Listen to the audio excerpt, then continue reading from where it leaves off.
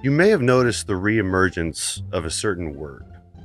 A word that started as a medical term to describe a person that is intellectually disabled, but quickly became a schoolyard insult. A word that you yourself may have used before. FBI, open up! The word is retard. Certain taboo words being taken out of the lexicon is nothing new. It's what linguist Sharon Henderson Taylor called the euphemism cycle or euphemism treadmill. And it's the name of the process where euphemisms become taboo words. A euphemism is the substitution of an agreeable or inoffensive expression for one that may offend or suggest something unpleasant. Think of using the term sexual assault instead of rape, or the use of PDF file instead of... So a euphemism cycle or treadmill, I think I like treadmill better. A euphemism treadmill is when a safe term chosen not to be offensive is picked up by the general public and becomes offensive. The irony is palpable. But what happens to terms that get cycled out? If you ask most people about moron, idiot, or imbecile, they won't see much of a problem using them as insults, even though they were once considered pejoratives.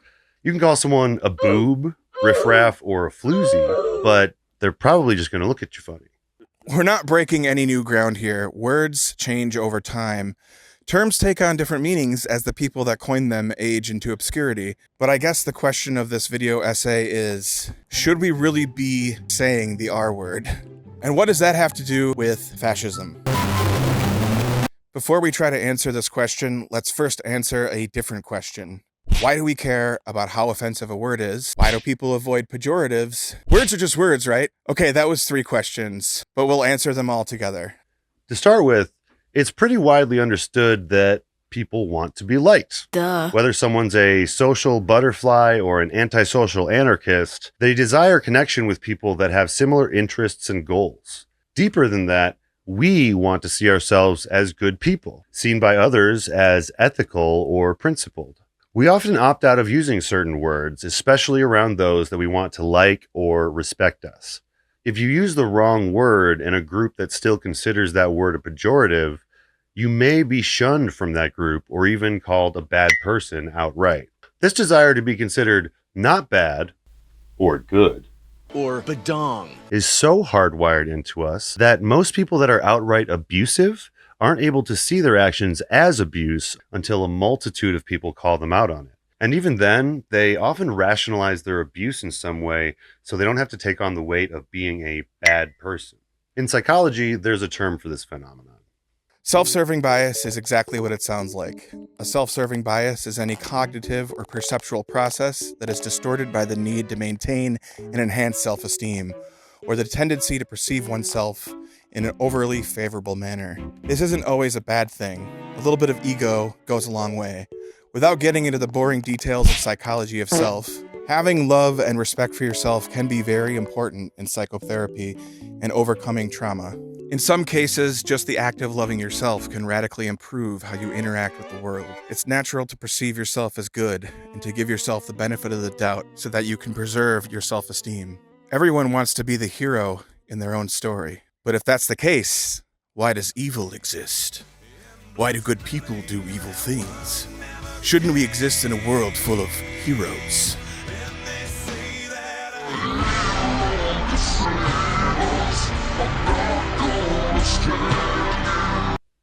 The banality of evil. Sounds pretty cool, doesn't it? Well, it's not! This is where we get into the fascism of it all. The phrase banality of evil was coined by author Hannah Arendt from her observations about the trial of Adolf Eichmann, a high-ranking Nazi. What, did you guys think I was going to say Yahtzee? This guy helped organize the final solution. Anyway, he fled to Argentina after World War II, and in 1960 he was found and brought to trial for his crimes during the Holocaust, using the infamous Nuremberg defense of just following orders when they confronted him with the atrocities he had committed. He uses the plea that he was not responsible for any of the deaths ascribed to him, as he was only a minor bureaucrat, a cog, carrying out the orders of his superiors. During Eichmann's trial, Arendt was struck by how average he was. He was mundane and simple. Although he didn't show any guilt for what he did, he didn't appear to be a sociopath or fanatic. His attitude towards others was highly desirable, which is a weird way to say a Nazi was polite or respectful, but whatever. He was involved in his community. He wasn't overly intelligent. He wasn't fanatically anti-Semitic, and even considered himself to be a follower of Kant's categorical imperative. The imperative that you should do things that are right, because if everyone does the right thing, it's all right. Basically, the weirdest thing about Adolf Eichmann was how normal he was. Arendt saw the most clear example of self-serving bias in action while studying Eichmann. His psychological need to be the hero in his own story allowed him to justify a multitude of atrocities and block out the guilt. In his mind, he was only doing what was necessary for the greater good, even if his version of good isn't what we accept as good. But there's another reason he was able to see what he was doing as good, besides an overinflated main character syndrome, and that's how we get back on the... Let's get back to how words change, because in order to maintain a self-serving bias hero complex while doing definitively evil things, you have to start by changing what words you use to do those things. Remember, a euphemism is a word that you use to replace a taboo word so that you can discuss that thing in the open. I'm not breaking any news by telling you the Nazis were infamous for this. They used their own sanitized terms to distort the truth of what they were doing. You weren't murdered by authorities, you were cleared away. Charitable ambulances were sent to sick and disabled people to bring them to killing centers. Jews weren't sent to extermination camps, they were resettled to the east. What we call the Holocaust, Nazis called the final solution, framing it as some sort of cruel inevitability. They launched a war where they were completely unprepared to deal with the millions and millions of prisoners of war, of local political prisoners and so forth that they were going to have to handle. And they're writing back to the high command in Berlin saying, we can't feed these people. We don't have the food to feed these people. And one of them actually says, rather than wait for them all to slowly starve this winter, wouldn't it be more humane to just finish them off quickly now? Arndt referred to this way of speaking as Spragrelung, which is a kind of political speak popularized during... Whoa, Brad, slow down. I thought this was a video about the R word. Are you saying that people that use the R word are Yahtzees? That's fair. Let me get back on track. What the fuck was I talking about?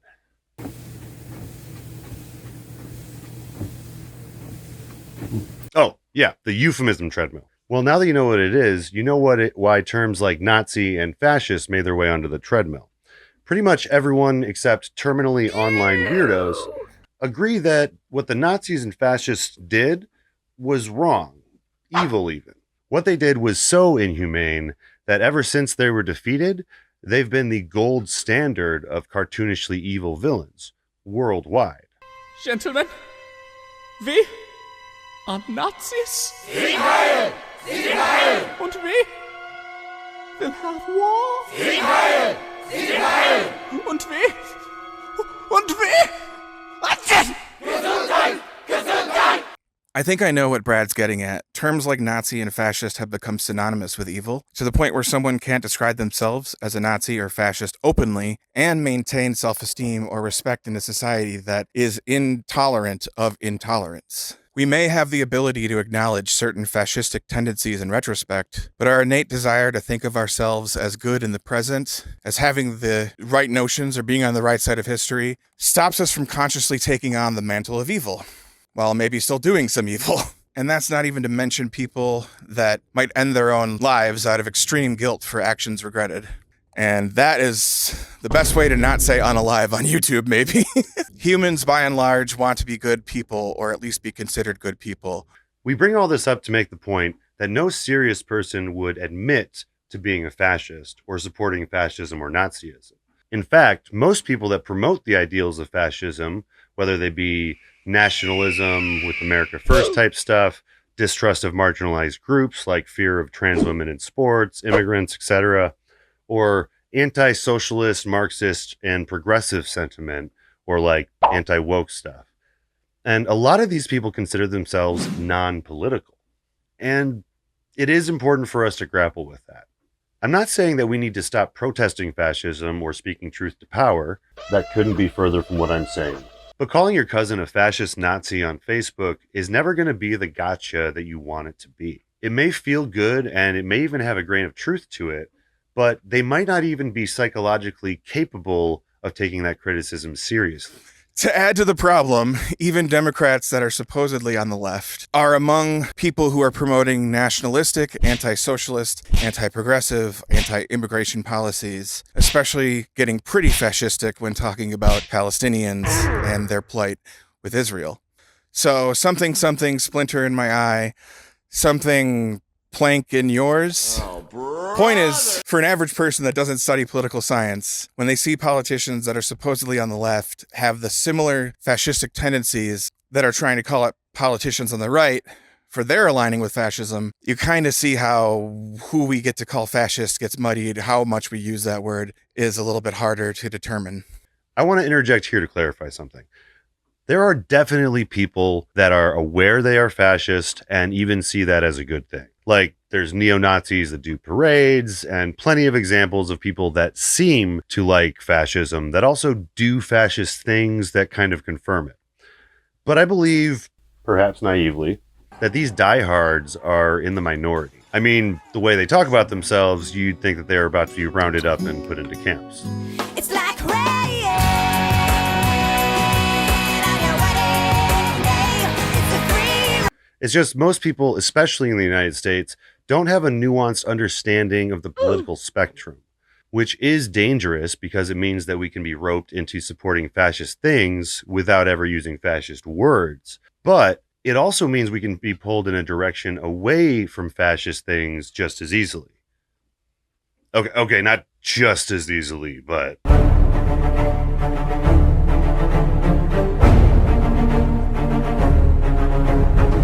So we've talked about euphemisms, how they change over time, sometimes being reversed into taboo. We've glossed over the psychology of self, specifically the powerful ability to frame yourself as good in your own mind. We've discussed how Nazi Germany used euphemisms and exploited their people's own self-serving bias to get average people to commit atrocities. And finally, we discussed why calling someone in your day-to-day life a Nazi or fascist isn't always taken as seriously as you want it to be. If you've been following the breadcrumbs we've been leaving throughout the essay, you might notice something familiar. Used euphemisms and exploited their self-serving bias. When Mexico sends its people, they're not sending their best. They're bringing drugs, they're bringing crime, they're rapists, and this is an invasion. When you see these caravans starting out with 20,000 people, that's an invasion. ICE agents are feeling incredibly empowered right now because they actually have a leader in this building who is supporting them in doing their jobs, which is to detain, arrest, and deport illegal criminals who have invaded our nation's borders over the past. They're eating the dogs, the people that came in. They're eating the cats. They're eating the pets of the people that live there. To folks in this region who are thinking about making that dangerous trek to the United States-Mexico border, do not come. The United States will continue to enforce our laws and secure our border. If you come to our border, you will be turned back. They are putting their lives on the line to deport these designated terrorists from our country, and they should be trusted to do that. And that's exactly what the American people elected this president to do. So my son Xavier is dead, killed by the woke mind virus. It's about time we stop, those of us who support, as most of us do, Israel in this body, for apologizing for our support for Israel. There's no apology to be made. None. It is the best $3 billion investment we make. Were there not an Israel, the United States of America would have to invent an Israel to protect her interest in the region. Do you condemn the anti-Semitic protests on college campuses? I condemn the anti-Semitic protests. That's why I've set up a program to deal with that. There's this protest leader from Columbia University that the administration is moving to deport. And he said that his arrest is going to be the first of many. How many? I think we ought to get them all out of the country. They're troublemakers, they're agitators. They don't love our country. We ought to get them the hell out. We also have homegrown criminals that push people into subways that are absolute monsters. I'd like to include them in the group of people to get them out of the country. If they're criminals and if they hit people with baseball bats over their head that happen to be 90 years old. One popular euphemism used today is woke. Its meaning changes depending on who is using it and what they're discussing. But generally, it's a distaste for something that is too kind to progressive LGBTQ movements, feminist movements, or is too critical of America, with the underlying assumption that the media pushing that agenda is doing so with malicious intent. But woke is just the newest term on this particular euphemism treadmill. In our lifetimes, we saw it go from politically correct to PC culture to woke. I remember in the 90s watching comedians on late night shows complaining about not being allowed to use the R or the F word anymore. Not that F word, but the other F word, and how it was because of political correctness. Remember, this was also a time Black people were being accused of reverse racism whenever they even brought up racial inequality. If you're a George Carlin fan, like I am, you may have heard his bit centered around offensive language and euphemisms from his 1990 comedy special, Doing It Again.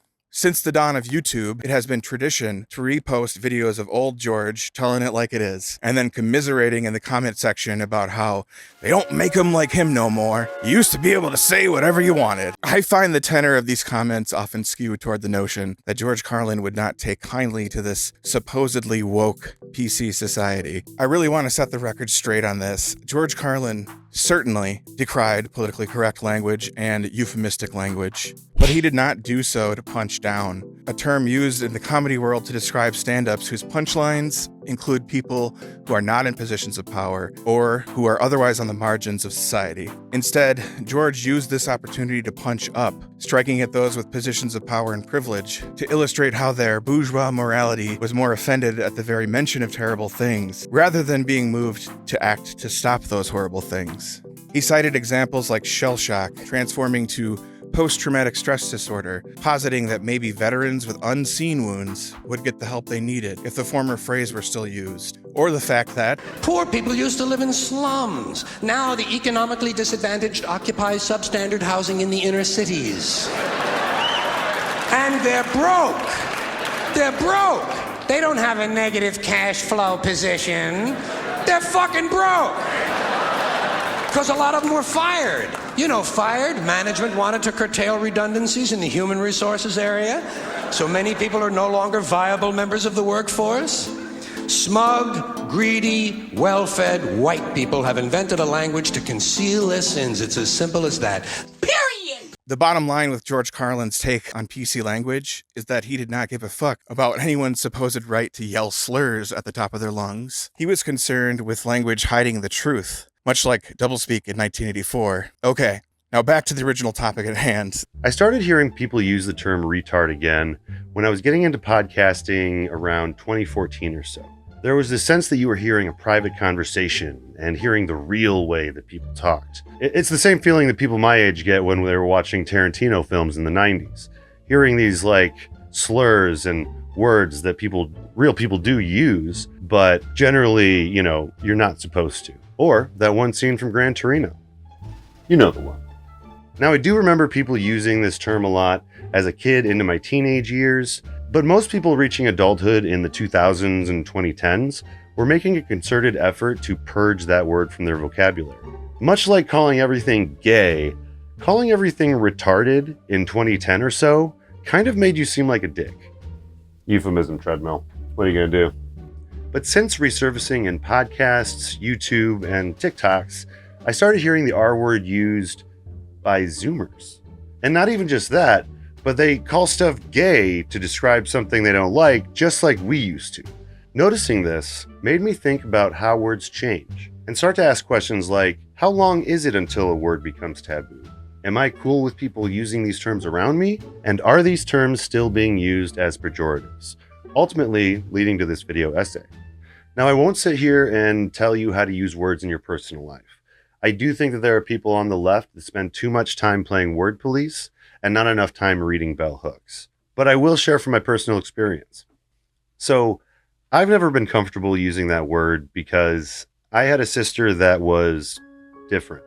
Although she had no cognitive disabilities, her stature was smaller than the average person, and she had some visible deformities due to a rare condition called Nager's syndrome. I don't know how much the R word was deployed at her, if at all, but she had many stories of being treated cognitively disabled and had plenty of friends that had had that term flung at them a time or two.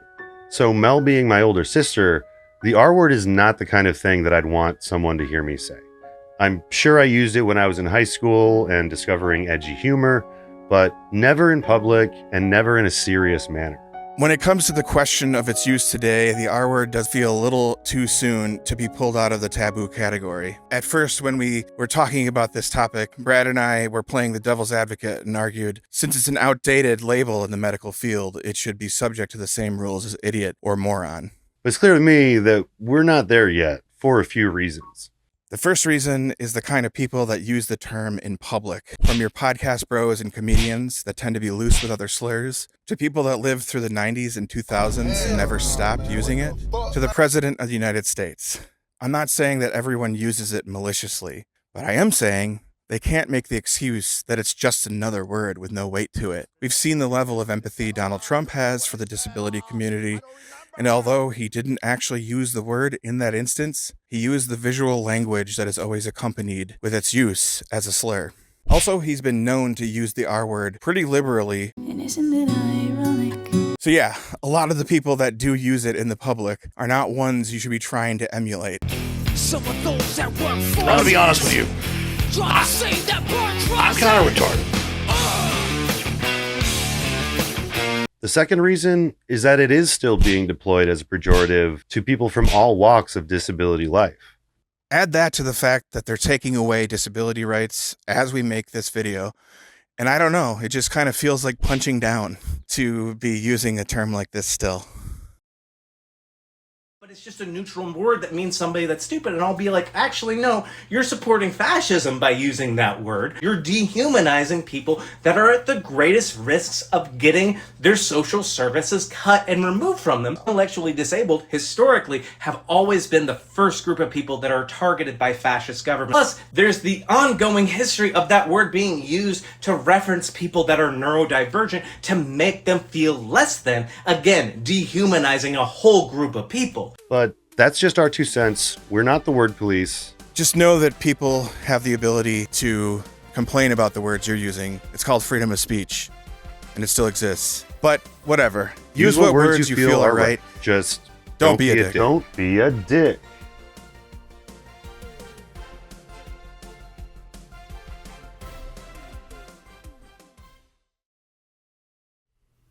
So I finished writing this video essay March 20th, and a lot has happened since then in the realm of American fascism.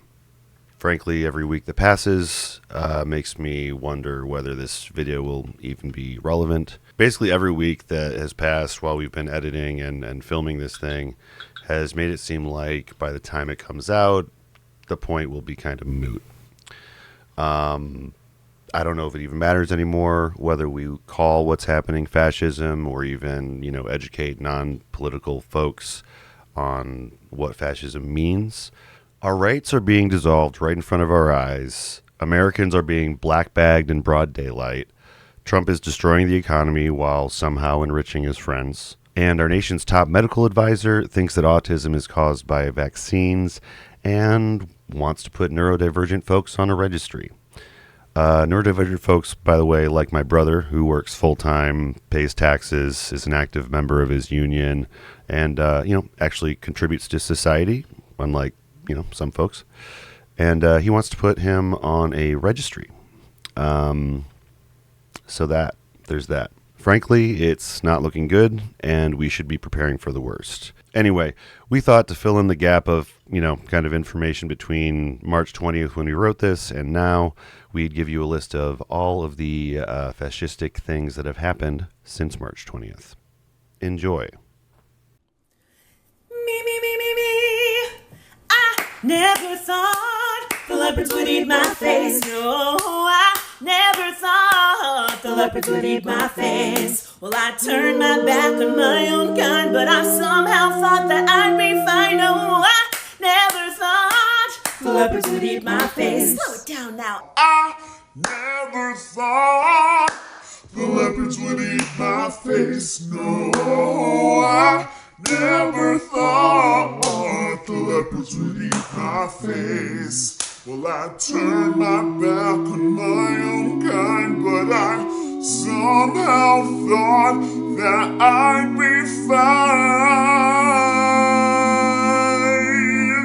No, I never thought the leopards would eat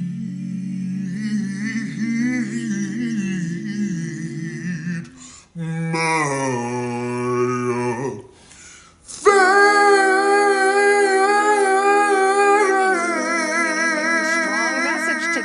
If you are harboring a fugitive, we don't care who you are. If you are helping hide one, if you are giving a TDA member guns, anyone who is illegally in this country, we will come after you and we will prosecute you. We will find you.